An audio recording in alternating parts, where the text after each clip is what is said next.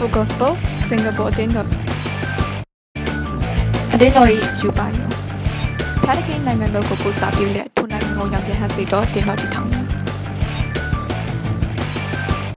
ကျွန်တော်ကိုယ်ကွယ်တော့ဖျားဟာမဖြစ်နိုင်တော့အရာများမဖြစ်နိုင်တော့ချိန်မှာဖြစ်စေနိုင်တော့ဖျားခင်ဖြစ်တယ်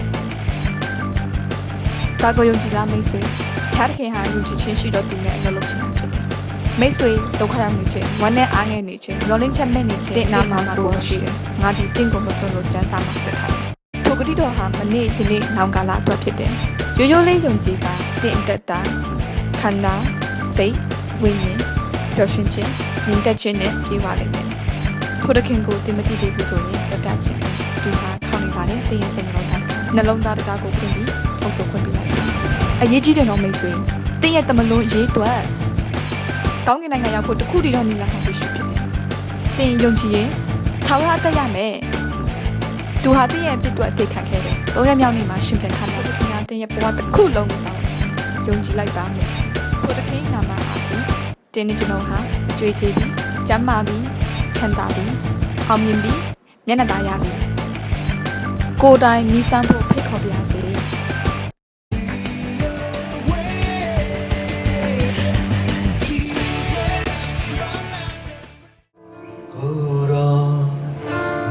Tomorrow, it shall be saved.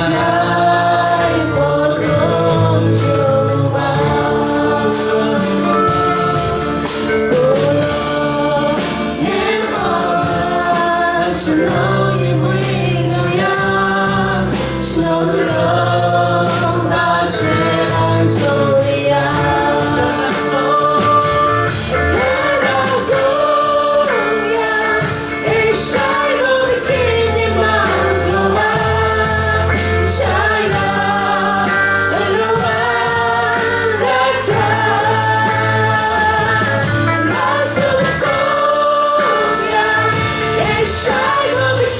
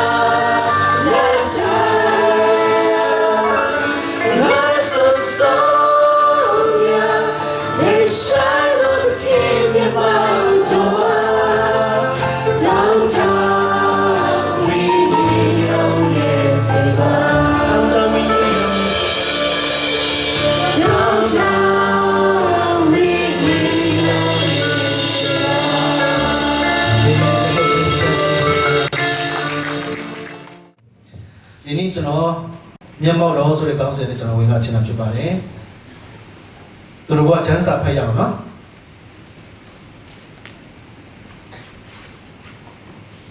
Thank you ထွန်းမြတ်ရချမ်းခန်းကြီး33တိကနေပြီးတော့23အထိအလုံးချမ်းစာပါမယ်ဆိုတော့သူတို့ကဖတ်ရအောင်နော်သပန်ထာဝရဘုရားကတိမဆာ၍ယေဂုတုတိမတင်နှုတ်ဆောင်ခဲ့တော်လူတို့ဤအရှမထွေ၍တင်၏အမျိုးနွယ်အားငါပိမေကိုအာဗြဟံအိုက်ဆက်ယာကုပ်၌ငါချိန်ဆိုတော်ပြည်သို့သွားကြလော့ကောင်းကင်တမန်ကိုလည်းဒီနှုတ်ရှိသောငါစေလွှတ်၍သူဒီခန္နိလူအာမောရိလူဟိတ္တိလူဖေဇိလူဟိဝိလူယေဗုတိလူတို့ကိုနှင်ထုတ်၍လူနှင့်ပြားရင်စီတော်ပြည်သို့တင်တို့ကိုပို့ဆောင်လိမ့်မည်တင်တို့နှင့်အတူငါကိုယ်တိုင်မသွားတင်တို့ဒီလည်းပင်ခိုင်မာတော်လူမျိုးဖြစ်သောကြောင့်လမ်း၌သွားစဉ်တင်တို့ကိုငါဖြစ်စေမိစွရင်စရာရှိသည်ဟုမောရှိအားမိန့်တော်မူ၏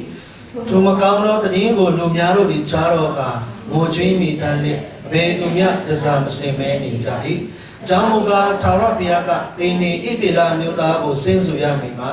တင်တို့ဒီလည်းပင်ခိုင်မာတော်အမျိုးဖြစ်ကြ၏တင်တို့အလေ၌ချစ်ချင်းငါပေါ်လာ၍ဖြစ်စေမိထို့ကြောင့်တင်တို့၌အဘယ်တော့ငါပြုရမည်ကိုသိချင်းငါတင်တစားများကိုချွတ်ကြလို့မောရှိယာမိန့်တော်မူသည်တည်းဣတိလမျိုးသားတို့သည်ဟောရတောင်ချီရင်း၌မိမိတို့တစားများကိုချွတ်ကြ၏မောရှိသည်တဲတော်ကို၍တပ်ပြန်၌ခတ်ဝေးဝေးစောက်ပြီးမှပရိသတ်စေဝေးရာတဲဝေးခေါ်ပေါ်၏ထာဝရဘုရားကိုရှာတော်သူအပေါင်းတို့သည်တပ်ပြင်၌ရှိသောပရိသတ်စေဝေးရာတဲတော်တို့ထွက်သွားကြ၏မောရှိသည်တဲတော်တို့ထွက်တော်အခါလူအပေါင်းတို့သည်ထား၍အတီးတီမိမိတို့တဲတော်ဝါ၌ရက်လက်တဲတော်ထဲတို့မောရှိဝိနေတိုင်အောင်ကြီးရှုလက်နေကြ၏မောရှိသည်တဲတော်ထဲတို့ဝင်ပြီးမှမိုးတိမ်တိုင်ဆင်းသိ၍တဲတော်တကားဝါ၌ရက်သဖြင့်ထာဝရဘုရားသည်မောရှိနှင့်နှုတ်ဆက်တော်မူ၏တဲတော်တကားဝါ၌မိုးတိမ်ရက်နေတော်မူပုံမြင်လင်လူအပေါင်းတို့သည်ထား၍အတီးတီမိမိတို့တဲတကားဝါ၌ကိုးကွယ်ကြ၏ထာဝရဘုရားသည်အဆွေခင်ပွန်းချင်းကိုနှုတ်ဆက်တတ်သည်နေသူမောရှိနှင့်မျက်ချင်းဆိုင်၍နှုတ်ဆက်တော်မူ၏မောရှိသည်တတ်သေးတို့ပြန်ဝင်သောအခါသူ၏လက်ထောက်နှုံ၏သားယောရှုမိတော်လူလင်သည်တဲတော်မှမထွက်ဘဲနေ၏မောရှိကလည်းဤလူတို့ကိုပို့ဆောင်တော်ကိုတော်မင်းတော်မူသည်တွင်အကျွန်ုပ်နှင့်အတူအဘယ်သူကိုဆေလွတ်တော်မူသည်ကိုအကျွန်ုပ်မသိသို့တော်လည်းကိုတော်ကတင်းကိုငါ၏နာမည်ပြင်းကတည်၏တင်းနေငါရှိမှမျက်နာရပြီဟုအကျွန်ုပ်အားမင်းတော်မူ၏တို့ဖြစ်၍အကျွန်ုပ်သည်ရှိတော်၌မျက်နာရလျင်မျက်နာရအကြောင်းကိုအကျွန်ုပ်သိပါမည်ကြောင်းကိုတော်၏လမ်းကိုပြတော်မူပါဤလူမျိုးတို့သည်ကိုတော်၏လူဖြစ်ကြောင်းကိုစင်ကြင်တော်မူပါအကျွန်ုပ်တောင်းပန်ပါ၍ထာဝရဘုရားအားလျှောက်ဆို၏ငါကိုယ်တိုင်တွား၍ညီဝတ်ချင်းချမ်းသာကိုပေးမိဟုမိန့်တော်မူ၏တပန်မောရှိကကိုတော်တိုင်မသွားလေအကျွန်ုပ်တို့ကိုဤရမှပို့ဆောင်တော်မူပါနှင့်အကျွန်ုပ်နှင့်ကိုတော်၏လူတို့သည်ရှိတော်၌မျက်နှာရသောအကြောင်းသည်ဘယ်လိုထင်ရှားရပါမည်နည်းအကျွန်ုပ်တို့နှင့်ကြွသွားတော်မူသောအာခိတာထင်ရှားပါမည်မဟုတ်တော့သူတို့အကျွန်ုပ်တို့နှင့်ကိုတော်၏လူတို့သည်မြေကြီးပေါ်မှာရှိသမျှသောလူတို့နှင့်ခြားနာရပါမည်ဟုလျှောက်ဆိုသည်ထာဝရဘုရားကသင်လျှောက်ရတိုင်းမှာပြုပြီးသင်သည်သင်ငါရှိနိုင်မျက်နှာရပြီးသင်ကိုသင်၏နာမည်နှင့်ငါတည်ဟုမောရှိအားမိန့်တော်မူ၏တမန်တော်ကိုရော၏ဘုန်းပေါ်ကျွန်တော်အားပြတော်မူပါအကျွန်ုပ်တောင်းပါသည်ဟုလျှောက်သည်ထာဝရဘုရားကငါ၏ကောင်းမွန်ခြင်းရှိသမျှကိုသင်ရှိ၌ငါလျှောက်သွားစေပြီထာဝရဘုရား၏နာမတော်သည်လည်းသင်ရှိမှငါကြွေးကြော်ငါသည်ကျေးဇူးပြုလို့တော့သူကိုကျေးဇူးပြုမည်တနာလို့တော့သူကိုတနာမည်လောက်ရတွင်သင်သည်ငါမျက်နာကိုမမြင်နိုင်ရငါမျက်နာကိုမြင်လျင်အသက်ရှင်ရတော့သူသစုံပြောင်းများမရှိဟု၍၎င်းငါအနားမှနေရာတစ်ခုရှိသင်သည်ကြောက်ပေါ်မှာရရမည်ငါဘုံရောက်လျှောက်တော်တော့အခါတင်းကိုကြောကြား၍ငါတွင်ထား၍ငါကြွသွားသည့်အခါတင်းကိုငါလည်းဖြင်းပေါ့မည်ငါလည်းကိုရုပ်သိမ်းတော့အခါငါကြောကိုသာနေရမည်ငါမျက်နာကိုမမြင်ရဘူးတဲ့ကောင်မိန်တော်မူ၏โอเคဟေးမခိုင်းတော့ပါဘူးနော်ဒီဖတ်တော်ချမ်းပယာပြင်းကြောင့်ချင်းစီလိုက်တဲ့ပြတ်ခင်ကောင်းချီးပေးပါစေ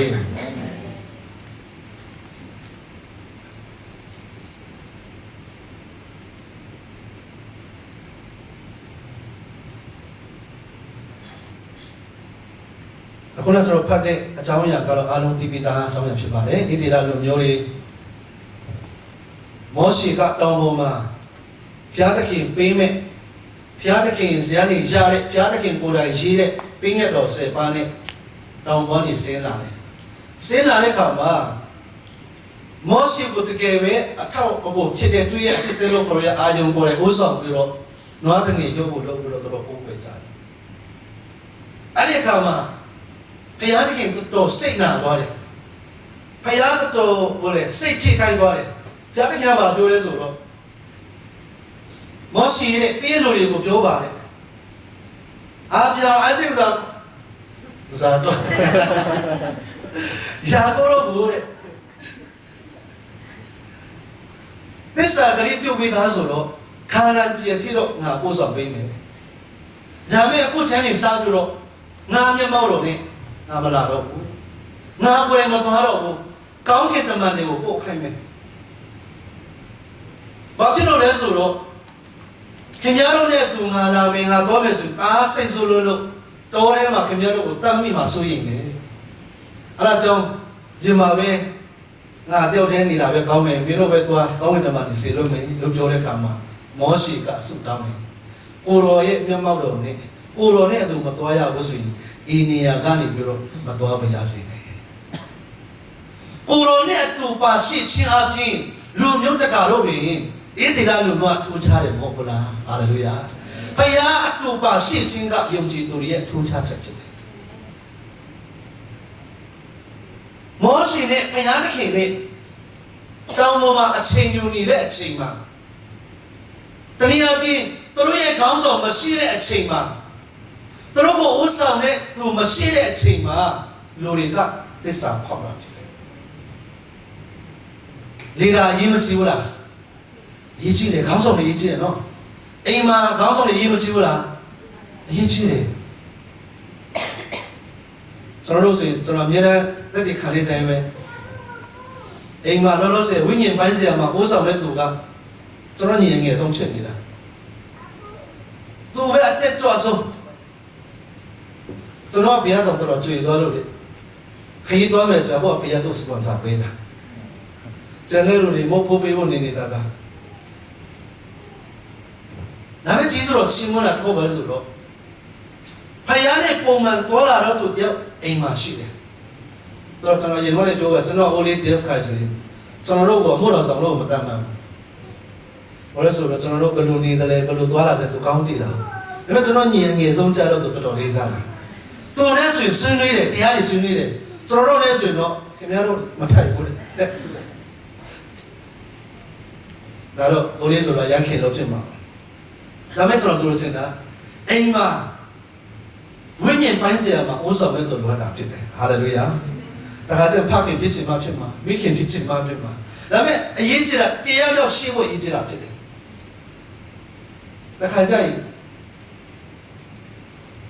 ဆုတောင်းခြင်းနဲ့ပတ်သက်လို့ရှိရင်ယောက်ျားလေးတော်များများအမျိုးသမီးတွေကိုပုတ်ချင်နေတာကျန်တဲ့နေရာမှာအမျိုးသမီးတွေဒါဆုတောင်းရမယ်ဆိုရှိသလားမရှိပါဘူးယောက်ျားလေးတွေကိုယ်တိုင်ကကျွန်တော်တို့ကဝတ်ဆောင်နိုင်ဖို့ဝတ်ဆောင်တတ်ဖို့အရေးကြီးတာဖြစ်ပါတယ်ဟာလေလုယာဒီနေ့အိမ်ကောင်းနဲ့အများကြားဖို့ဖျားကောင်းခြင်းပေးပါစေမိမကိုနင်းကဆုတောင်းခိုင်းဖို့နော်ကိုယ်ကပဲရေးစိစိမ်ခိုင်းဖို့မိမကိုနင်းကဆုတောင်းခိုင်းဖို့မဟုတ်ဘူးကိုယ်ကိုယ်တိုင်စပြီးတော့ဆုတောင်းရမှာဖြစ်တယ်ဟာလေလုယာအချာရေးမို့လည်းကိစ္စမရှိဘူးနော်ခင်ဗျားစဆုတောင်းပြီးတော့အင်္ဂိုက်တော့လည်းကိစ္စမရှိဘူးစလိုက်ပါဟာလေလုယာကျွန်တော်လည်းကိုယ့်ကိုခွန်အားပေးနေတာဖြစ်တယ်ဟာလေလုယာဘုရားဆိုတော့ဒီနေ့ဥဆောင်လို့သူတယောက်ရှိတယ်ဆိုရင်ကျွန်တော်လူနောက်နေလိုက်လာမှာဖြစ်တယ်ဒါပေမဲ့ဒီနေရာမှာအင်းဒီလားလူမျိုးတွေဖယားနဲ့မောရှေအချိန်ယူနေတဲ့အချိန်မှာသစ္စာဖောက်တာမြင်တဲ့အခါမှာဖယားသခင်ကပါပြောလို့ဆိုငါမျက်မှောက်တော်ငါရုပ်သိမ်းမယ်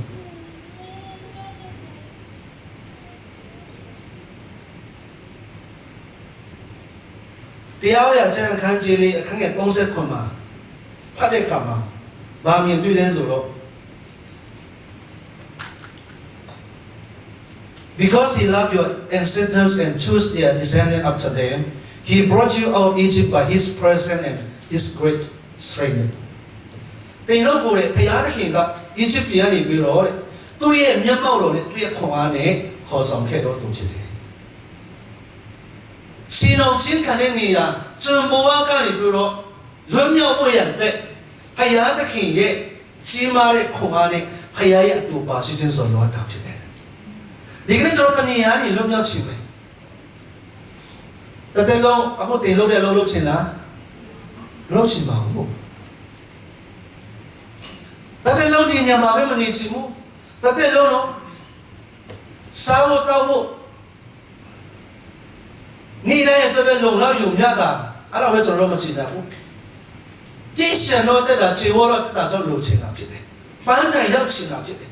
အဲ့ဒီပန်းနိုင်ကျွန်တော်တွားချင်တဲ့နေရာကိုဖယားသခင်နဲ့တာမဟုတ်ဘူးဆိုရင်ဖယားရဲ့ခွန်အားတာမရှိဘူးကျွန်တော်မရောက်နိုင်ဘူးကြိုးစားကြည့်လိုက်စမ်းပါကြိုးစားကြည့်ရအောင်ကျွန်တော်ရဲ့အဉာဏ်ပညာနဲ့အစွမ်းစားနဲ့ကျွန်တော်တို့အဲ့ဒီရောက်ချင်တဲ့ခင်ကျွန်တော်မှရောက်မှာမဟုတ်ဘူးဒါပေမဲ့ဖယားရဲ့မျက်မှောက်တော်ဖယားသခင်နဲ့တာသွားမယ်ဆိုရင်အဲ့ဒီနေရာဘုရားသခင်လုံးဝပို့ဆောင်ပေးမှာဖြစ်တယ်ဟာလေလုယာထို့ဘုရားရှင်ကိုလည်းခုတ်တီးပြီးတော့ချီးမွမ်းကြရအောင်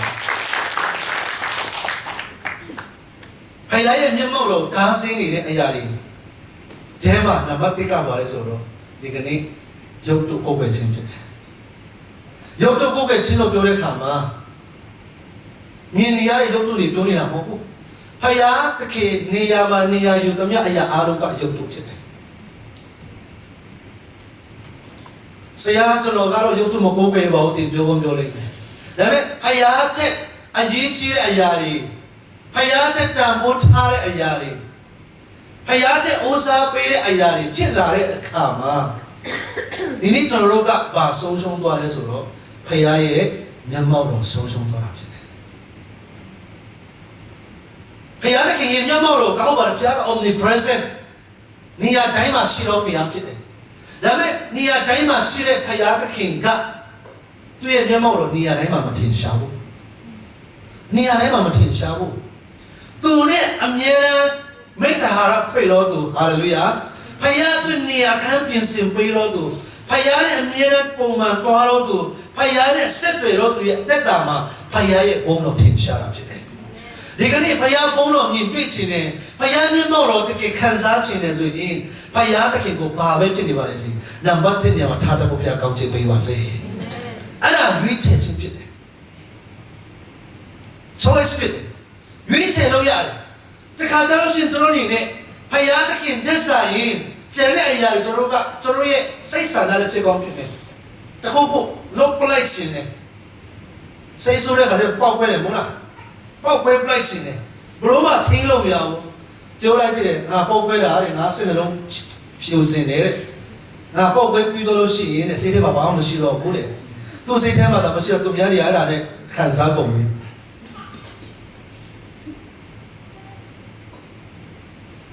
အဲ့ဒီအချိန်မှာဒီဖယားသခင်ရဲ့အတူပါရှိခြင်းဖယားသခင်ရဲ့ခွန်အားနဲ့ဖယားအတူပါရှိခြင်းနဲ့အဲ့ဒီလိုပေါက်ပဲရမယ့်အစားအဲ့ဒီလိုပြောရမယ့်အစားအဲ့ဒီလိုလုပ်ရမယ့်အစားဖယားသခင်ကိုဒီနေ့ဝတ်စားပေးတော်သူဖျားခင်ကောင်းချီးပေးပါစေဒီနေ့ကျွန်တော်ဒီမနေ့သွားတယ်ဆိုတော့နည်းနည်းမနေ့သွားတယ်ပဲနည်းနည်းပြောရအောင်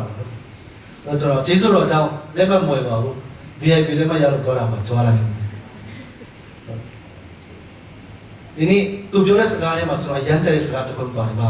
ကျွန်တော်တို့ဒေါက်တာစုကြပါပြောလို့ဆိုတော့ကျွန်တော်အရန်နိနာခံပါတယ်လို့ပြောတဲ့လူတွေကိုအရန်ကြောက်နေတယ်သူတနည်းနည်းချိန်ချင်းကြက်ပြတ်တောင်းမှဆိုရတယ်တချို့တော့သူကတိုင်းနိုင်ငံအတွက်ဘာအတွက်ညာအတွက်ငါတို့ကအနိနာခံနေတာငါတို့ပိတ်ဆက်နေတာအဲ့ဒီလိုမျိုးပြောတဲ့သူတွေကိုဘာကြောက်လဲဒါမှန်တယ်နော်တော့ဘာပြောလို့ဆိုအဲ့ဒီလိုမျိုးပြောတဲ့သူရှိရင်တို့ရဲ့ဝေးနေရာရှောင်ခြင်းနဲ့တနည်းနည်းအနိနာခံနေဆိုတဲ့ຢာတွေလည်းအထွေးတန်တောင်းမှလည်းကြောက်နေရတယ်တော့ဘာပြောလို့ဆိုတော့နိုင်ငံအတွက်လူမျိုးအတွက်ဘလောက်ပဲနှစ်ပေါင်းမြောက်များစွာပိတ်ဆက်ပါလေစေငါပိတ်ဆက်တဲ့နိနာခံတယ်လို့မခံရင်ဘူးငါရဲ့ရွေးချယ်မှုဖြစ်တယ် choice ဖြစ်တယ်ရွေးချယ်မှုဖြစ်တယ်ဒီနေ့ကျွန်တော်တို့ဒီလောကနိုင်ငံအတွက်ခဏတာအတွက်ဒီလောကနိုင်ငံတွေမှာတည်များဘူးနော်ဒီလောက်ပိတ်ဆက်နိုင်တဲ့သူတွေရှိတယ်ဆိုရင်ဖယားသားသမီးပါလို့ပြောတဲ့သူတွေကနေဒီထက်မကအရွေးချယ်တာတော့သူများဖြစ်ရမယ်ကျွန် ကျွန်တော်ပေးစလို့မဟုတ်ဘူးကျွန်တော်ဒီအရာနဲ့နင့်နာခံတော့မဟုတ်ဘူးကျွန်တော်ရွေးချယ်ပြီးတော့လာတာဖြစ်တယ်မနေ့ကဒီနေ့ကိုထံပေါ်ရလို့စင်တော့မလာနိုင်ဘူးလေပြင်နိုင်တော့မှလည်းအလုပ်မရတော့ပြန်သွားပြီပို့ဆူတောင်းပေးနေစေပဲတဆုံးတယောက်တော့ပို့ဆူတောင်းတာပေါ့နော်သူညီမကိုပြောတာပါဆိုတော့ဒီနေ့ဘယ်လိုခိဝတ်တီးမလဲဆိုတော့စိတ်ထဲမှာဆွေးနေတယ်အဲ့နဲ့ကိုမုံပြတော့ကိုမုံပြတယ်ဟာဆရာမရပါကျွန်တော်အဲ့လိုဆင်းရမယ်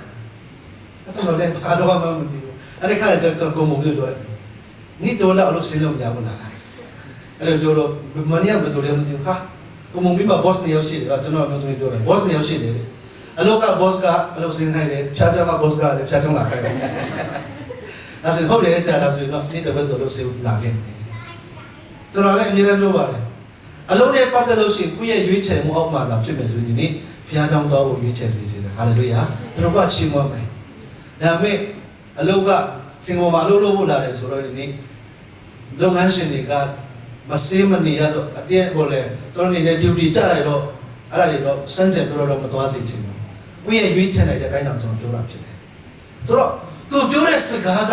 အလိနာခံတယ်လို့ကျွန်တော်မပြောချင်ဘူးလေကျွန်မရဲ့ရွေးချယ်မှုဖြစ်တယ်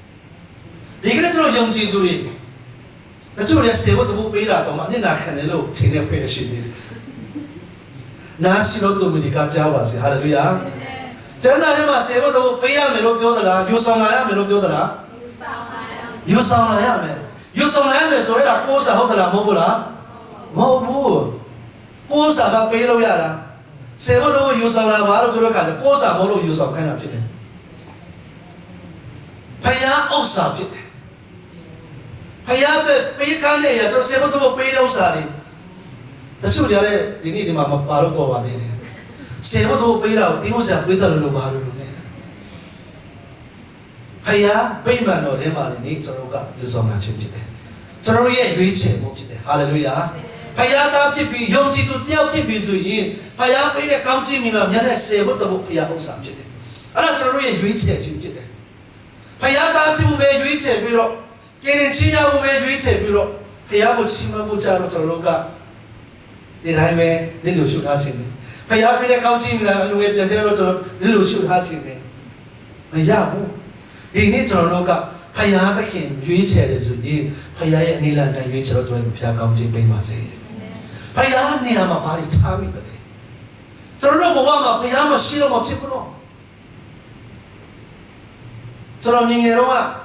အရင်ငယ်တော့မပြောတော့ဘူးငငယ်တော့အကြောင်းတွေပြန်စဉ်းစားရင်အခုနေပေါင်းကျွန်တော်30ကျော်ပြီပေါ့နော်တိတ်တော့ပြောချင်30ကျော်ပြီငငယ်တော့အကြောင်းတွေစဉ်းစားရင်ဖယားနဲ့တာမတော်ခဲ့ဘူးဆိုရင်ဖယားကမတိခဲ့ဘူးဆိုရင်ဖယားရဲ့လမ်းပြခြင်းကကျွန်တော်မရခဲ့ဘူးဆိုရင်ကျွန်တော်ရက်သမားလေးဖြစ်သွားနိုင်တယ်အခုချိန်မှာအရက်ကောက်တော့များလို့နှလုံးသွင်းပြီးတော့တည်သွားတယ်ဖြစ်ကောင်းဖြစ်နိုင်တယ်ဘာလို့လဲဆိုတော့ကျွန်တော်အိမ်နားမှာပုံစံရှိတာဟုတ်ကျွန်တော်တကယ်ချင်းတွေကအဲ့ဒီချင်းတော်မှာခိုင်နေဆိုတာရှိတယ်ဗျတိမ်ပေးတာတော့မဟုတ်ဘူးနော်တော့ကြာဆရာပြောတဲ့ခိုင်နေပါလဲဆိုတော့သူကစမ်းနေအောင်လေကျွန်တော်ကခိုင်နေမလို့ရှိရင်အားမပြီးတော့ဟိုလုံးဝအစီမကျအဲ့ဒါတကယ်ချင်းဘယ်လောက်စေတာရှိလဲဆိုအဲ့ဒီခိုင်နေနဲ့ကြားနဲ့ပြောပြီးတော့လာချွေးတာငုံခိုင်းတာစီလေးတွေစစီလေးဆိုရင်ဘာမျိုးအောက်ခိုင်းတာပေါ့နော်ဆိုတော့ကျွန်တော်ဆိုလို့ချင်းတာကဖယားရဲ့မျက်မှောက်လို့အဲမှာဖယားသခင်အထဲမှာမိသားစုဆောကရတီဒန်းစီဆိုတော့ပဲဖယားကြောင်းတွေ့နော်ဘယ်ရအကြီးဘယ်ရငယ်မှတော့မသိတော့အကုန်လုံးဒန်းစီပြီးတော့ကျွန်တော်တို့ညီကိုတွေညီငယ်တော့အကုန်လုံးအရက်မောင်းတော်ညီတရားတို့တောင်းလို့ရတယ်။ဒါကျွန်တော်အရက်မထွားဘူးလေ။ကျန်တဲ့ညီတွေတော့လည်းဒီလိုလောက်ပဲ။ဘုရားကြောင်းသွားတယ်ဘုရားရဲ့မျက်မှောက်တော်ထဲမှာကျွန်တော်တို့ဖြိုနေရတယ်။ကျွန်တော်9နှစ်သားအရွယ်မှာကယ်တင်ချင်းစိတ်ချဖို့ကောင်းကောင်းရတယ်။အဲ့ဒါ1988အရေးခင်ဖြစ်တဲ့အချိန် အချင်းကကျွန်တော်တို့ကစက်ကမောကျွန်တော်တို့မန္တလေးပါရဒိတူပုံရဲ့တင်းဦးစက်ကမောတို့လာတဲ့အချိန်ဆိုတော့နှုတ်ထပြီးတော့ကျွန်တော်တရားဟောပြီးဆိုစက်ကမောစတိုင်နဲ့တရားဟောတာဘာသာဒီပါဆိုနေဆောင်းလာတယ်ကျွန်တော်ဒီမှာထားလာဆိုရင်ဒီလို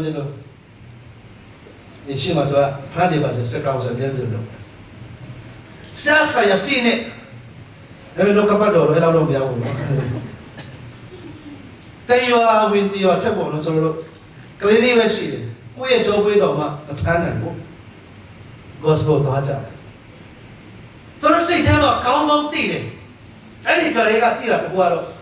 有把有了压他的，还没有冇。虽然比多了，真的长得美。အဲ့ဒီဘိုင်တော့ဖျားပေးတာဖြစ်တယ်။အဲ့ဒီကတဲ့ကဖျားကကျွန်တော်ကိုရွေးကောက်ထားတယ်ကျွန်တော်ခံစားရတယ်။ဆိုတော့ဘာပဲဖြစ်ဖြစ်ယူပိုင်မရှိတော့သူနဲ့နိုင်မယ်ဆိုရင်ဝတ်တိချင်းမရှိတော့သူနဲ့နိုင်မယ်ဆိုရင်ကျွန်တော်ကကောင်းချီးခံစားလို့ဖြစ်တယ်။ဖျားကတူရီချင်းခံစားရတယ်။ဖျားကြီးဆိုတော့ကျွန်အဲ့ဒီနေရာမှာတို့အေဝံဂေလိပေါခွင့်ရတယ်။နှလုံးသားထဲမှာအခုဆွေးနွေးလာတယ်။စေတန်းပြီးတော့လို့ကတော့这个路没得别呢，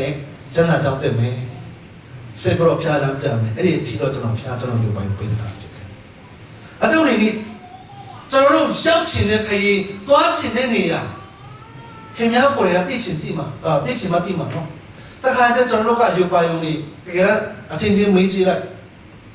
我叫来的都是များ于吧，撇钱呢，我地我撇钱哪里没地？我撇钱呢，我撇钱哪里？မရှိအကုန်လုံးတော့ဖြစ်ချင်တယ်ဒေချာတော့ချမ်းသာခြင်းနဲ့အောင်မြင်ခြင်းနဲ့ကောင်းစားခြင်းနဲ့ဖြစ်ချင်တာပဲတည်တယ်မဲ့ဖခင်ကကျွန်တော်တို့ကိုဘာယူပါရုံပေးထားတယ်ဘာစုကျေးဇူးတွေပေးတော့ဆိုတော့မသိတဲ့သူတွေအများရှိတာဖြစ်တယ်ဆိုတော့ဒီနေ့တော့ဖတ်တဲ့နေတော့ပြောချင်နေတာကဖခင်မျက်မှောက်တော့ဒါစီထဲမှာမသိကပဲဆိုတော့ဖခင်တခင်ထက်ဦးစားပေးတဲ့အရာရှိလာရင်ဖခင်မျက်မှောက်တော့ဒါစီတာ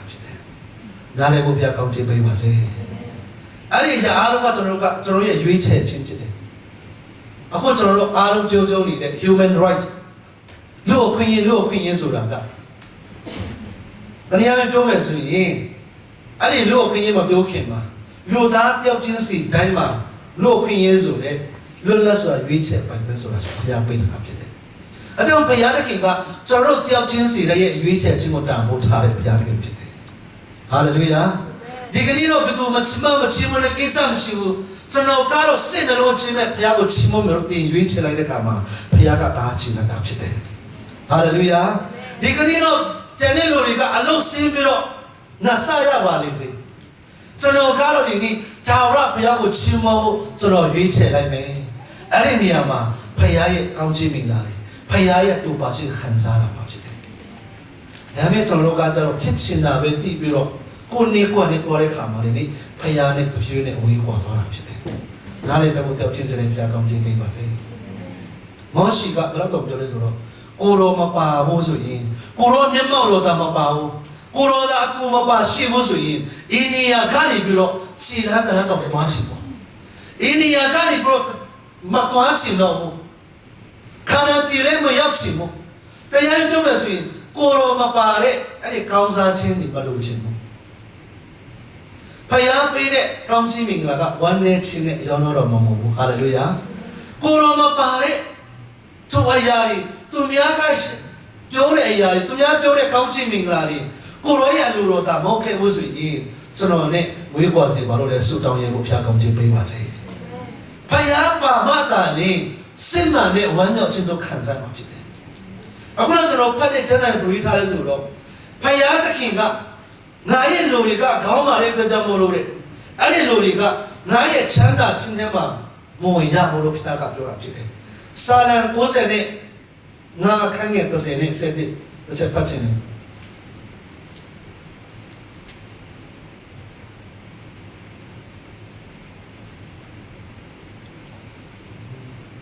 စာလံ90နဲ့ငါအခန်း30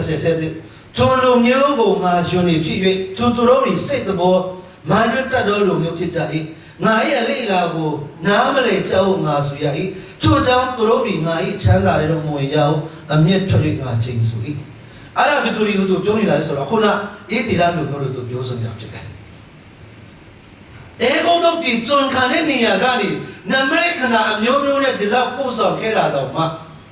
ခဏလေးမောရှိရက်ပေါင်း40မရှိတာနဲ့တစ္ဆာဖောက်ပြီးတော့နောတငယ်ကြီးရုပ်တွေလုပ်ပြီးတော့ပိုးကွယ်ကြတယ်သူတို့ရဲ့ပိုင်ဆိုင်မှုကိုပိုးကွယ်ကြတယ်သူတို့မှာပါလာတဲ့ဆွေငွေတွေကိုသူတို့ပြန်ပိုးကွယ်လာကြတယ်အဲ့မှာဘုရားသခင်ကစိတ်နာတယ်ဘုရားသခင်ကအယမ်းစိတ်ဆိုးတော့ကြောင့်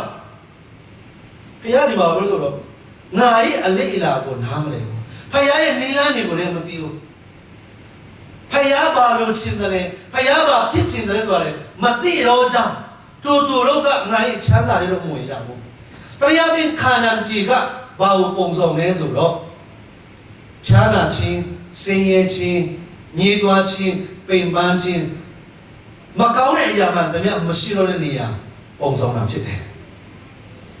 ဒီကကျွန်တော်အသက်တာထဲမှာနာမည်လက်ခဏပဲမြုံနေတဲ့တက်တာကတော်ရရကျမ်းထဲမှာမရှိသေးတယ်ခါနန်ပြည်မှာနာမည်လက်ခဏဆိုတာမရှိဘူးခါနန်ပြည်မှာအားလုံးကပြည့်စုံတာဖြစ်တယ်နာမည်လက်ခဏတော့လိုတာမဟုတ်တော့ဘူးနာမည်လက်ခဏကနေ့တိုင်းမှာဖြစ်ဖို့တော့လိုတဲ့ခါကျမှဖြစ်တာဒါပေမဲ့ဘုရားသခင်ပို့ဆောင်ပေးတဲ့လူတွေနာမည်လက်ခဏတော့မလိုတော့ဘူးဘုရားသခင်ကအံ့ဩဖွယ်ရာဘုရားကပြင်ဆင်ပေးထားတာဖြစ်တယ်အဲတော့ဆက်လေးကျွန်တော်ဆရာစီရတဲ့နားလို့တဲ့ခိုင်မှာသူပြောတာပေါ့ကိုရောဘာဖြစ်လို့ကင်းနက်ကွန်လန်တို့ကလေရင်ဒီတော့မှလဲပြီးတော့စီးနိုင်တဲ့ချိန်မှာဘာဖြစ်လို့ကျွန်တော်တို့ကဘောင်းမီနဲ့ထဲသုံးထဲတော့မလဲနိုင်တာလေဆုတောင်းတယ်သူတို့ရဲ့အသက်တာလောကပတ်တော်နဲ့တွားတဲ့အသက်တာသူတို့ရဲ့ကောင်းချီးခံစားတဲ့အသက်တာကတရားရခိုင်လုံးမဟုတ်သေးဘူးလေရမ်းမြင့်သွားပြီကျွန်တော်တို့ကတော့ဘယ်နေရာမှာလို့လဲဆိုတော့ဖခင်ရဲ့အလေးအလာဖခင်ရဲ့အလိုတော်မလိမ့်လာတော့ကြောင်းမတိတော့တဲ့နေရာမှာကျွန်တော်ဆုံးရှုံးကြတာဖြစ်တယ်။နားလေကိုတယောက်ချင်းစီဖျားကောင်းခြင်းပေးပါစေ။ဒီနေ့ဘုရားမျက်မှောက်တော်နဲ့ပတ်သက်လို့ရှိရင်မောရှိကသူဘာပြောလဲဆိုတော့ခုနထွန်းမြောက်ကျ33ထဲမှာ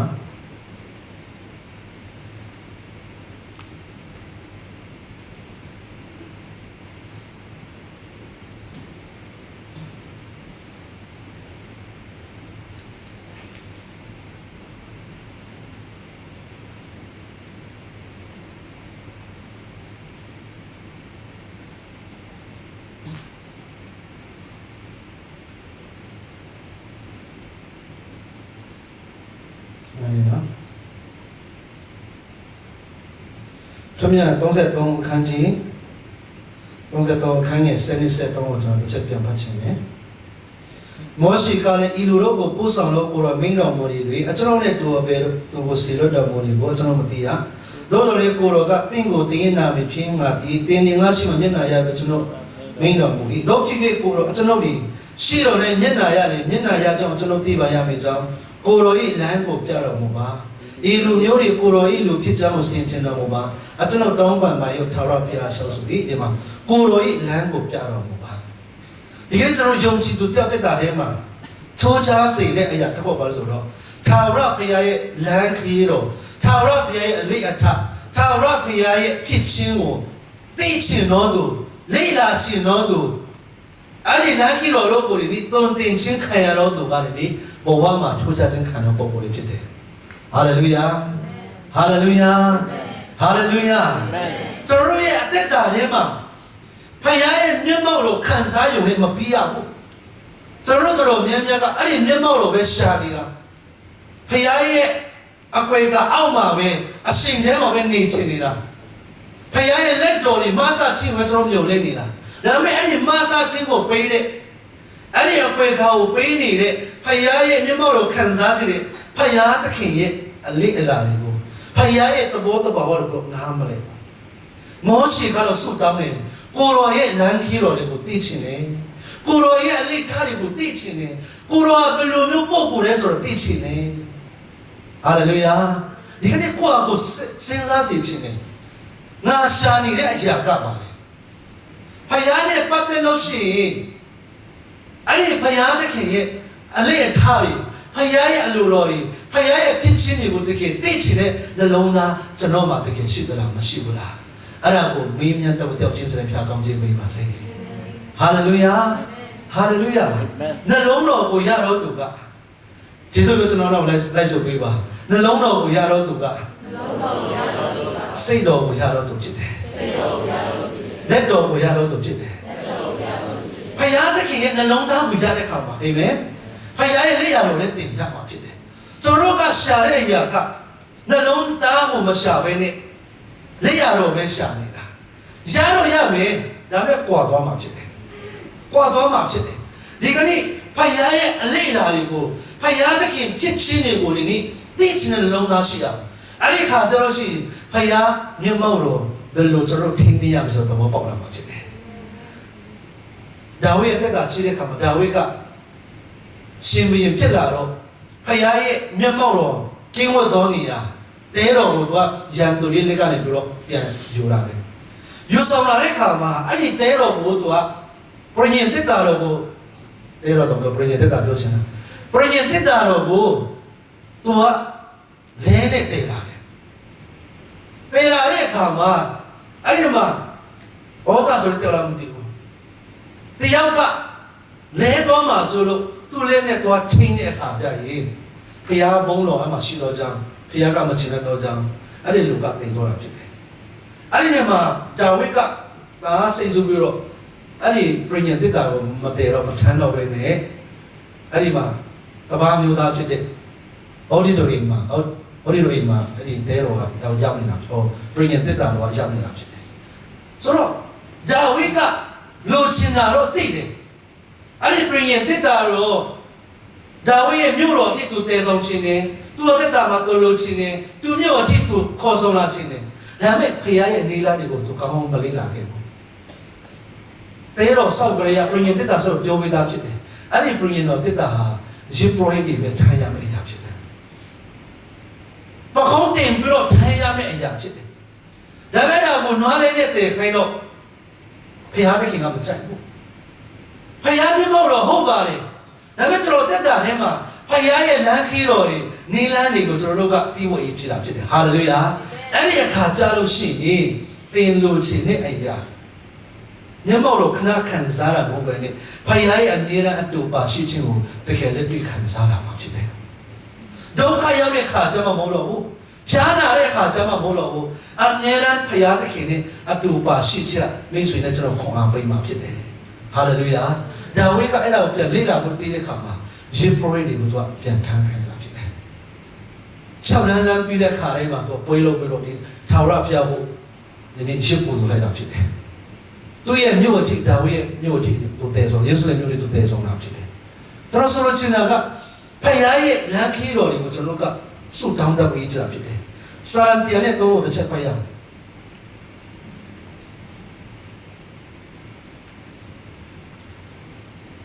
စာရန်တရားနဲ့သုံး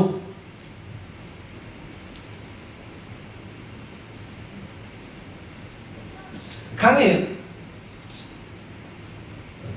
၆ပါးနေဖတ်မယ်ထာဝရဘုရားရဲ့ညှင်းဆဲခြင်းကိုခံရသမျှတော့သူတို့အဖို့တရားပေး၍စီရင်ဆုံးဖြတ်တော်မူ၏ဘာသာတတိတော်ကိုမောရှေ၌၎င်းစီရင်တော်မူသောအရာတို့ကိုဣတိလမျိုးတို့၌၎င်းပြတော်မူ၏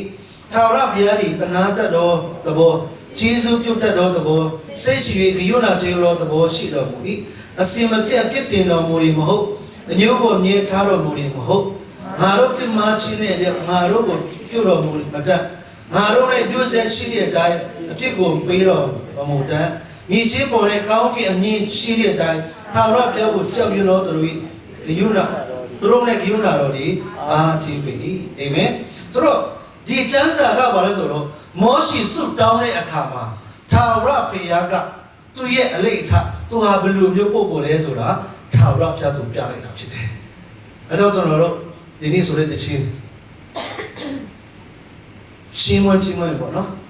ဘုရားသခင်တနာတတော်သဘောရှိတယ်ဘုရားသခင်ကျေးဇူးပြုတတ်တယ်ဒီယုံနာကျွန်တော်ဘုရားဖြစ်တယ်အဲ့ဒီချင်းကိုကျွန်တော်ဒီကျမ်းပိုက်ကနေပြောကျွန်တော်ယူလိုက်တာဖြစ်တယ်မောရှေဆုတောင်းခြင်းအပြင်ဘုရားရဲ့အလေးအထားတွေကိုသိချင်တဲ့နှလုံးသားအပြင်သူဆုတောင်းတဲ့အခါမှာဘုရားသခင်ဆရာနေပြီးတော့ကြွေရတယ်ကိုသူရတယ်ဆိုတော့ကျွန်တော်မြင်တွေ့ရတယ်နောက်ဆုံးအနေနဲ့ကျွန်တော်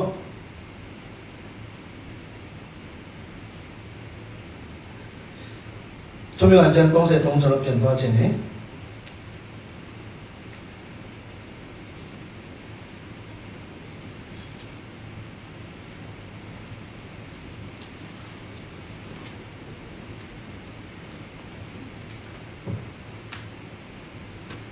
ခန်းငယ်စက်ခွန်မှာထာဝရဘုရားကတင်လျှောက်တဲ့အတိုင်းငါပြုမိတင်နေငါရှိမှမျက်နှာရပြီတင်ကိုတင်ရဲ့နာမည်ပြင်းကတီကိုမောရှိယမိန်တော်မူ၏တပံကိုရောဤဘုံကိုကျွန်တော်အားပြတော်မူပါကျွန်တော်တောင်းပါရုပ်လျှောက်ပြီးဟုတ်ပြီဒီနေရာမှာနောက်ဆုံးကျွန်တော်ပြောချင်တဲ့ကဖခင်ရဲ့မျက်မှောက်တော်ဖခင်ရဲ့အလေးအထအဲ့တော့လည်းမောရှိမချင်ဘူး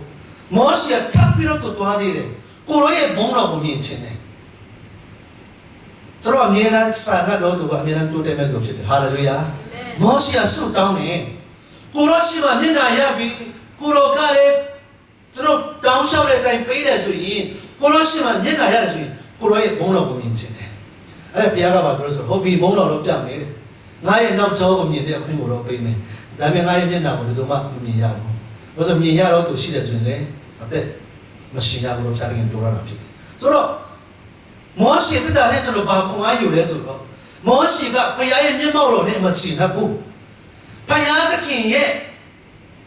အလေးအလာတွေဘုရားသခင်ရဲ့လိုချင်ဘုရားသခင်ပြည့်စုံခြင်းတဲ့အရာတွေသိတော့လည်းမချင်ဘူးထက်ကသူဘုရားကိုတာ၍မြင်ချင်တဲ့ဆန္ဒသူ့မှာရှိတာဖြစ်တယ်ဟာလေလုယာဒီကနေ့ကျွန်တော်ရဲ့ဆုတောင်းခြင်းဘာဖြစ်မလဲဆိုတော့ကိုရောဒီအလုံးတဲကနေပြီးတော့ကိုရောကိုမြင်ချင်တယ်ဟာလေလုယာဒီအလုံးတဲကနေပြီးတော့ဒီအတွေ့အကြုံထဲနေပြီးတော့ကိုရောကိုတာ၍သိချင်တယ်စင်ကာပူသားရောက်လာပြီးတော့အလုံးနဲ့ပဲကျွန်တော်တို့ကလုံးပါနေပုံပေါ်ကနေထာဝရဘုရားကိုမြုပ်လေးနေမှုဖြစ်တယ်ဟာလေလုယာလုံငန်းဝင်ထဲမှာဒီနေ့ဖယားကဒီတင်းအနာမှာအတူပါရှိကြောင်းအတူဒီနေ့ဖွင့်ပြခြင်းနဲ့ဖယားတကယ်ဖြစ်တယ်အဲ့တော့ကျွန်တော်ဆုတောင်းရမယ့်အရာကမျက်မှောက်တော်ခံစားရုံနဲ့မချင်နိုင်ရဘူးဖယားအတူပါရှိတယ်ဆိုတော့သိရုံနဲ့မခံစားရဘူးဖယားကိုမြင်ချင်တဲ့နှလုံးသားရှိရမယ်ဟာလေလုယာကိုရောကိုမြင်တွေ့ချင်တယ်ကိုရောကိုတွေ့ချင်တယ်ကိုရောနဲ့နေချင်တယ်အဲ့ဒီစံနာကဖယားရဲ့နှလုံးသားကိုကောင်းချီးပေးတာဖြစ်တယ်ဖယားတခင်ကဘယ်သူမှမပြဘူးတဲ့သူ့ရဲ့ဘုံတော်သွားပြီးတော့သူ့ရဲ့နောက်ကျောကိုမြင်ရတဲ့ခွင့်မောရှိကိုပေးထားတာဖြစ်တယ်။နားလည်ဖို့ဘုရားတင်တောင်းခြင်းစံကောင်းချီးပေးပါစေ။ကျွန်တော်နောက်ဆုံးတတ်ချင်တယ်။ဒီကနေ့ဓမ္မဟောင်းကျမ်းကာလမှာဖယားရဲ့ဘုံတော်ကဖယားမျက်မှောက်တော်ကဘယ်မှာကင်းကောင်းနေတယ်လဲဆိုတော့တဲတော်ဆိုတဲ့အရက်မှာခြေဝတ်တာဖြစ်တယ်။အဲ့ဒီလားလူမျိုးတွေကဖယားရဲ့မျက်မှောက်တော်ကိုတွားချင်တယ်ဆိုရင်တဲတော်ထဲမှာတော့ဆုတောင်းရတာဖြစ်တယ်။အဲ့ဒီတဲတော်ကသူတို့ရဲ့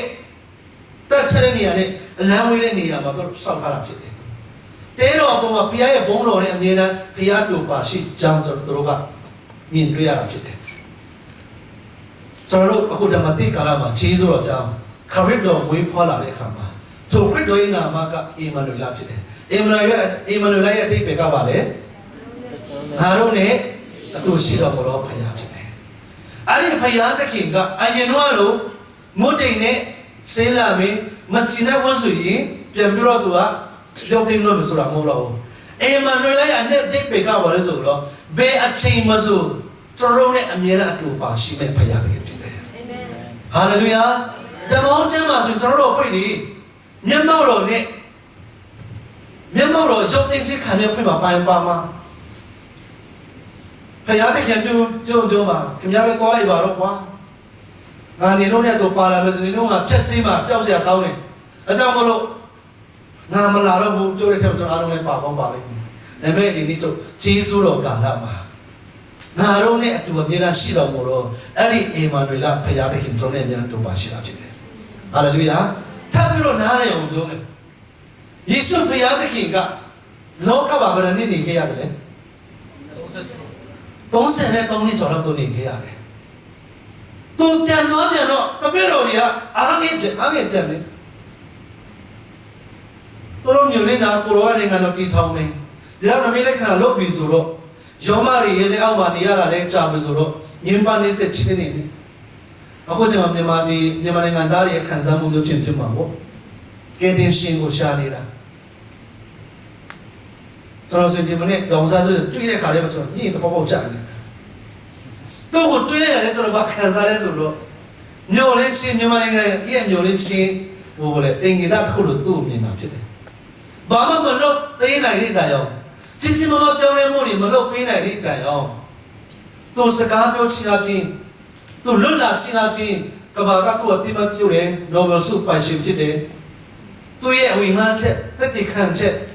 သူ့ရဲ့လှုပ်ဆောင်မှုတွေကကျွန်တော်တို့မျှော်လင့်စရာဖြစ်တယ်ဆိုတော့မြန်မာပြည်ကအခုချိန်မှာအားမျှော်လင့်နေကြအကယ်၍တော့ပြောစကားလုံးဝမလို့ချင်တဲ့အရာတစ်ခုအခုချိန်မှာဒေါန်ဆန်းစုကြည်တက်တာပေါ်မှာဖြစ်ခဲ့ရင်မြန်မာတပြည်လုံးဘယ်လိုခံစားမလဲ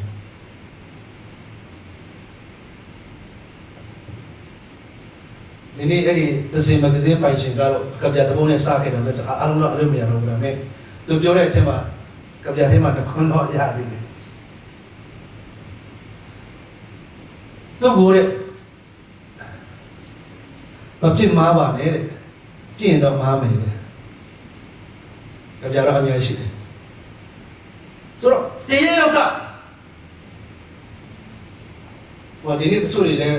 ကြောက်လက်လို့ဖွဲ့ရှိတယ်နော်ဘုံပေါက်ပွဲမှာကြောက်လက်လို့ဖွဲ့ရှိတယ်စင်ကာပူမှာတကောဖြစ်မှာကြောက်လက်လို့ဖွဲ့ရှိသေးတယ်ဆိုတော့ဆိုချင်ကိုယ်ချိန်မှာဒေါန်ဆန်းစုတကောကိုဖြစ်ခဲ့ရင်မြန်မာတနိုင်ငံလုံးမျိုးလေးချင်းဆုံးရှုံးတယ်ခံစားရမှာကဘာကလည်းမြန်မာနိုင်ငံပေါ်အယုံကြည်တယ်အများကြီးရပ်တန့်တော့မှာဖြစ်သွားမှာဒီနေ့တပည့်တော်တွေတို့ဘယ်လောက်ခံစားမလဲသူတို့မျိုးလေးချင်းအားလုံးပျောက်ကွယ်သွားတယ်ဒါပေမဲ့ခရစ်တော်ကကောင်းကင်ဘုံမတက်ခင်လေးမှာရှင်ပြန်ထမ်းပြဖို့လို့ပါလို့ဆိုတော့အခုငါကောင်းကင်သွားမယ်တင်လုံးနဲ့ငါအမြဲတမ်းမနေနိုင်ဘူးဒါပေမဲ့တင်လုံးနဲ့အမြဲတမ်းအတူပါရှိမယ်တင်လုံးကိုအမြဲတမ်းလမ်းပြပေးမယ်တင်လုံးနဲ့အမြဲတမ်းကျင့်ဝတ်မယ်ဘုရားဆရာတီးတော့တန်ရှင်တော်ဝိညာဉ်တော်ကိုငါစေလွှတ်မယ်ဟာလေလုယာတောင်းနေကြောင်ပြောချင်တယ်ဖခင်ရဲ့မျက်မှောက်တော်နဲ့တကယ်တွားချင်စဝိညာဉ်တော်နဲ့မတွားလို့မရဘူးဝိညာဉ်တော်ဆိုတာဘယ်ကနာဟုတ်သလားမဟုတ်ပါဘူးဝိညာဉ်တော်ဆိုတာဖခင်သခင်ဖြစ်တယ်ပို့ကိုဖြစ်တယ်အဲ့ဒီဝိညာဉ်တော်ကိုကျွန်တော်ကနေနေဝိညာဉ်တော်နဲ့မေတ္တာဟာရဖိတ်ဖို့ဝိညာဉ်တော်နဲ့နေ့တိုင်းပေါ်တော့တက်တာရှိမှတမ်းမှရည်ကြည်တာဖြစ်တယ်ကျွန်တော်တချင်းသဘောရေးပါတယ်ဒီမှာတော့မသိပေးသေးပါဘူးအခုမလေးရှားမှာကျွန်တော်ခွေတွေလုပ်နေတယ်မင်္ဂလာပါတန်ရှင်တော်ဝိညာဉ်တော်ဒီချက်မှာဘရောကိုကျူးဆိုတယ်ဖယားမျက်မှောက်တော်တာမပါရှိရင်ခါနန်ပြည်ဟိုမရှောင်းနိုင်ဘူးအီဂျစ်ပြည်နေဘရောမရှောင်းနိုင်ဘူးဖယားရဲ့သူပါရှိခြင်းကမရှိရင်ခါနန်ပြည်ရောက်ရင်တော့မောရှေပြောတယ်ပျော်ရွှင်ခြင်းတွေမှာရှိမှလည်းကိုတော့မရှိဘူးဖယားတာသူမပါရှိရင်တခြားလူမျိုးတွေနဲ့ကျွန်တော်တို့ကဘာထူးခြားမှလဲမောရှေပြောခဲ့တယ်ဒီနေ့ကျွန်တော်တို့တန်ရှင်တော်ဝိညာဉ်တော်တာမပါရှိရင်အဲ့ဒီပန်းတိုင်ရောက်မှာမဟုတ်ဘူးတန်ရှင်တော်ဝိညာဉ်တော်ကအားမကိုးခဲ့ရင်ရောက်ချင်တဲ့ခရင်တော်ရောက်မှာမဟုတ်ဘူးဝိညာဉ်တော်မပါတဲ့ဝိညာဉ်တော်ရဲ့ဥဆောင်ခြင်းမပါတဲ့အခြေအနေကကြောက်စရာကောင်းတာဖြစ်တယ်အဲ့ဒါနဲ့ကျွန်တော်တို့စွတ်တောင်းစေခြင်းနဲ့စာနာစေခြင်းနဲ့ဝိညာဉ်တော်နဲ့ကျွန်တော်မတော်တော့မဖြစ်ဘူးဟာလေလုယာအဲ့ဒီဝိညာဉ်တော်ကိုကျွန်တော်မဖိတ်ရှားလို့မရဘူးအဲ့ဒီဝိညာဉ်တော်ကိုအားမကိုးလို့မကြဘူးဝိညာဉ်တော်ဆိုခိုင်းကြတာမဟုတ်ပါဘူးအခြားတော့ပါစကားရမှရလို့မဟုတ်ပါဘူးမရသေးဘူးဆိုရင်ဆုတောင်းပေးမယ်ဒါနဲ့ကျွန်တော်အားပေးခြင်းတယ်တန်ရှင်တော်ဝိညာဉ်တော်ဆိုတော့ပို့ကိုဖြစ်တော့ကြောင်းတင်သူ့ကိုခေါ်ပြတဲ့ခါမှာတရားနာမှာတူပါရှိမှာဖြစ်တယ်ဟာလေလုယာဟာလေလုယာသူကအတင်းတော်မှဘာမှမလုပ်ဘူးနော်ကျွန်တော်ရဲ့ရွေးချယ်မှုပုံမှာလုပ်တဲ့ဖခင်သခင်ဖြစ်တယ်ဒီနေ့ကိုယ့်ရဲ့ခွန်အားကိုအားကိုးမယ်ဆိုတာမှလိုပဲဖြစ်သွားမယ်ဝိညာဉ်တော်ရဲ့ခွန်အားနဲ့သွားမယ်ဆိုရင်ကျမ်းစာထဲမှာရေးထားတယ်ဘူချီအားဖြင့်မဟုတ်ဘူးတဲ့တကောအာနာစအားဖြင့်မဟုတ်ဘူးငါဝိညာဉ်အားဖြင့်ဖြစ်ရမယ်သူဒီလောက်ကြီးမားတဲ့အမှုအရာဇာခရိကဒီလောက်ကြီးမားတဲ့အမှုအရာဘယ်လိုလုပ်ဖြစ်နိုင်မလဲဘယ်လိုလုပ်ဖြစ်နိုင်မလဲဘူချီအားဖြင့်မဟုတ်ရဘူးတကောအာနာအားဖြင့်မဟုတ်ရဘူးဒီနေ့ထိုဝိညာဉ်တော်အားဖြင့်ဖြစ်ရမှာဖြစ်တယ်ဟာလေလုယာနေရီစီမှာကောင်းဝင်တမန်လာတဲ့ခါမှာကိုယ်ဆောင်မယ်လို့ပြောတဲ့ခါမှာကျွန်မအပြုပညာပဲရှိတယ်ဘယ်လိုလုပ်ကိုယ်ဆောင်မယ်အဲ့ဒီအမှုအရာကဖခင်ရဲ့ဝိညာဉ်တော်အဖြစ်ဖြစ်ရမယ်ဒီကနေ့ဝိညာဉ်တော်ကတရားဖြင့်တဆုံတစ်ခုတော့ရဖို့မွေးဖော်ပေးခြင်းနဲ့ဖခင်ဖြစ်တယ်ဟာလေလုယာလောကကိုကယ်တင်မဲ့သူလောကတစ်ခုလုံးကိုကောင်းချီးပေးမဲ့အရာအကြံဉာဏ်တွေတင်းရဲ့အမျိုးတွေတစ်ခုလုံး တင်းရဲ့အနေနဲ့ပတ်ဝန်းကျင်တော့ကိုယ်ကောင်းချီးဖြစ်စေမယ့်အရာဝိညာဉ်တော်ကတရားပြင်းနေနေကိုယ်ဆောင်လို့ဆောင်ပြီးတော့မွေးဖွားစေချင်တာဖြစ်တယ်။မေရီကတိုင်းဆုတောင်းပါလေ။ Be it unto me according to your word, according to your promises, I can stand secure. ကိုရောကျွန်မတက်တာထဲမှာဖြစ်စေပါနားမလည်ပြီမဲ့ဘလို့ကိုယ်ဆောင်မလဲဘလို့လို့ယောက်ျားနဲ့အတူမနေပဲနဲ့ဘလို့လို့ကလေးရတယ်မလဲလူရည်နဲ့စဉ်းစားမစမဖြစ်နိုင်ဘူးမာရိရဲ့အတွက်တာရှက်เสียဖြစ်တယ်သူများစီပြောလို့ရှိရင်ဟားကြပါအခုချိန်မှာဒီမှာရှိတဲ့အပြိုသေးယောက်ကဝိညာဉ်တော်ကျွန်မတို့သူကြည့်လို့ဒီမှာမလားရှိနေပြီ၃လရှိနေပြီတော့ပြောချင်တယ်ဘယ်သူရောက်မလဲရောက်မလားဘယ်သူမှမရောက်ဘူးဒါပေမဲ့မေရိကဘာပြောဆိုတော့ကိုတော်နှုတ်ကပတ်တော်ရှိတဲ့အတိုင်းအကျွန်ုပ်နိုင်ဖြစ်ပါစေအဲကြောင့်ကျွန်တော်ပြောချင်ရပါလေဆိုတော့ဖခင်တခင်စကားပြောတဲ့ခါကျရင်သူများနဲ့လည်းသွားမတိုက်ပင်ပါနဲ့တင့်ကိုဖွင့်ပြတဲ့အရာသူများကနားလေပြီးမှာမဟုတ်ဘူးဖခင်ကတင့်ကိုပြောတဲ့စကားသူများကနားလေပြီးမှာမဟုတ်ဘူးဒါပေမဲ့တင်ကပြည့်တဲ့တာဖခင်တခင်ဆရာဖြစ်တယ်ဟာလေလုယာအဲ့ဒီဖခင်နဲ့ဆက်သွားလိုက်ပါဖခင်တို့ကဘရကိုတော်အလိုတော်တိုင်းဖြစ်ပါစေလို့ဝန်ခံကြည့်လိုက်စမ်းပါအဲ့ဒီဖခင်တခင်ကဒီနေ့မမြော်လွမ်းနိုင်တဲ့ခေတ်ထိဖြာပို့ဆောင်ပေးမှာဖြစ်တယ်ကျွန်တော်ယုံကြည်တယ်ဒီမှာဟိုထိုင်ကုန်ကြီးအများကြီးလွတ်နေပါတယ်အသင်းတော်ဆိုတာတိုးတွေဆိုတာကဒီနေ့ University နော်တိုးတွေကတိုးထင်အပြင်ကြီးပေါ်လာတာမဟုတ်ဘူးနော်တိုးတွေအချင်းချင်းအပြင်ကြီးထွားတာဖြစ်တယ်တိုးတွေကတိုးပေါ်လာတာဖြစ်တယ်ဒီကျွန်တော်အားလုံးမှာတာဝန်ရှိတယ်ထိုင်ကုန်ကြီးအများကြီးလွတ်သေးတယ်ဒီနေ့ဖယားသခင်မသိသေးတဲ့ဖယားသခင်မရတဲ့သူတွေအများရှိသေးတာဖြစ်တယ်ကျွန်တော်ဂျေဇုတော်တသက်ကြောင့်မနေ့ကမြန်မာကရပ်ပြည်နဲ့စကားပြောခွင့်ရတော့အခုတို့ကဒီနေ့လည်းတို့ရဲ့အစီအစဉ်ဖြစ်တယ်ခရစ်စမတ်ကြရင်မြန်မာကရပ်တစ်ခုလုံးကိုဖိတ်ချင်နေလားမလားလို့ပြောမှာဟာဆရာအဲ့ဒါမို့ဆိုအကျဉ်းဝါဒနာပါတယ်လားချင်းတယ်တခါဘာသာ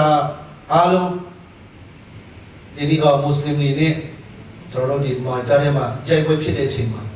ဆုတောင်းပေးဖို့ကျွန်တော်တို့ခေါ်တယ်ကျွန်တော်အဲ့မှာရောက်တော့ပြီးတော့ဂျေဇုတော်ကြောင့်ကျွန်တော်လည်းတရားဟောပေးတယ်ကျွန်တော်အဲ့ဒီနေရာမှာ10မိနစ်လောက်ကျွန်တော်တရားဟောပေးရတယ်ဂျေဇုတော်တဲ့ကြောင့်ကျွန်တော်လည်းယူရလေးပြောတာဗျာမဲ့တို့ဒီအားလုံးကအားကြွေတာဖြစ်တယ်ဆရာပြောတာရန်ကောင်းတယ်နော်ဒါချွေဆိုငိုတော်မြဲတော်ဝဲနေတာကျွန်တော်လည်းခံစားချက်တွေရောပြတဲ့ဖွင့်ပြတဲ့အရာနဲ့ကျွန်တော်ကျန်းဆိုင်လို့တော့မပြောရတဲ့ထက်တော့ကျွန်တော်ပြောလိုက်တာဖြစ်တယ်ဒါပေမဲ့ကျွန်တော်တို့နဲ့စကားပြောတဲ့ခိုင်ပါခံစားရဲဆိုတော့ဒီလူတွေကရိုးရိုးသားသားနဲ့ဖယားကိုတရားကိုရှာနေတာဖြစ်တယ်။ဒီနေ့ကျွန်တော်တို့ကပစဟာပြောလို့ဒီနေ့ဘေးနားမှာရှိတဲ့သူတွေကိုပြောဖို့ချိန်တန်ဖြစ်တယ်။ဟာလေလုယာ။တန်ရှင်တော်ဝိညာဉ်တော်ခွန်အားပေးပါဖြစ်တယ်။ဘာဖြစ်လို့ကျွန်တော်တို့ကရှက်နေတာလဲ။ပေတေဟုတ်တဲ့ဝိညာဉ်တကူမှမခံသေးတာဘူး။ပေတေရုပ်လိုပဲတေရုပ်ကဟိုလိုနဲ့တူပါချက်ခင်ဗျခရိယာမိုးပါဆိုရင်လည်းဘလို့ထဲမှာခရိယာဟုတ်တယ်လို့မဟုတ်တယ်လို့ယုံကြည်သူပြောရမှာလေတခါမှစမတော်မှုဆိုရင်မဟုတ်ပြန်ဘူး။ထိုးချတော့ပုံကိုယ်တွေဖြုတ်ပြကောင်းခြင်းပေးပါစေဝိညာဉ်တကုတ်ခိုင်ရဖယားမျက်မှောက်တော်နဲ့တွားရဟာလေလုယာအဲ့ဒီဖယားသခင်ကအဆုံးတိုင်ပို့ဆောင်ပေးပါချင်အားလုံးမတည့်ကြ